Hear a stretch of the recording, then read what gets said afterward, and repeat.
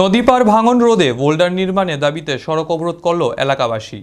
ঘটনা সোনামুড়া মেলাঘর সড়কে ইন্দিরানগর এলাকায়। বিবরণে জানা যায়, মেলাঘর পুর পরিষদের অন্তর্গত ইন্দিরানগর ৮ নং ওয়ার্ডে গোমতী নদীর তীরবর্তী বাসিন্দারা নদীর পার ভাঙনে রীতিমতো চিন্তিত। যে কোনো মুহূর্তে যা জলের স্রোতে ভেসে যেতে পারে তাদের ঘরবাড়ি। দীর্ঘদিন যাবৎ তাদের এই সমস্যার কথা সংশ্লিষ্ট কর্তৃপক্ষকে জানিয়েও আসলে কাজের কাজ কিছুই হয়নি।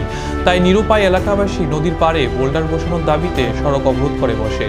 যদিও অবরোধের খবর পেয়ে ঘটনাস্থলে ছুটে আসেন মেলাঘর থানার ওসি, মেলাঘর পুর পরিষদের কার্যনির্বাহী আধিকারিক প্রমুখ। কথা বলেন অবরোধকারীদের সঙ্গে, তৎসঙ্গে নদীর পার ভাঙন প্রত্যক্ষ করেন এবং আগামী দিনে দ্রুত সমস্যা সমাধানের যথোপযুক্ত ব্যবস্থা গ্রহণের আশ্বাস দেন। এই আশ্বাস পেয়ে অবরোধকারীরা অবরোধ মুক্ত করেন।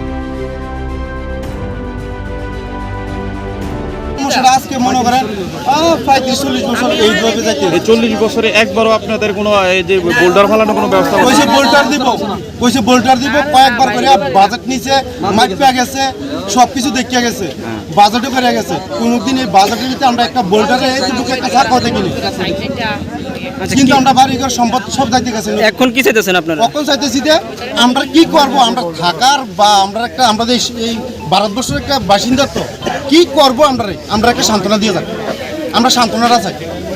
কতক্ষণ থাকবো আপনাদের অবরোধ? কতক্ষণ থাকবো? আপনাদেরকে এর আগে যেতক্ষণ এই ডিম স্যার না আইবো না শান্তনাতে এর আগে আপনাদের শান্তনা লাগা বোল্টার চাই, আমরা ডাইরেক্টলি বোল্টার লাগবে। এখন আমরা এই আন্দোলন চাই, নাইলে আমরা ছাড়তাম না। এ পর্যন্ত কত পরিবার আপনারা উচ্ছেদ হয়েছেন এই নদীর পাড়ে? পরিবার আছে মনে করেন 60 পরিবার আছে। 60 পরিবারের ভিতরে আপনি মনে করেন 2 পরিবারও নাই, বাকিটি কই আছে মানে খুঁজেও পাইবে না। কৃষি জমি টমি গেছে এখন কৃষি জমি সব গেছে, কইলা আপনি আমরা সব ধ্বংস।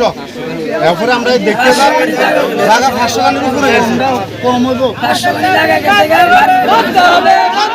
গেছে, স্যার 1000 করে গেছে।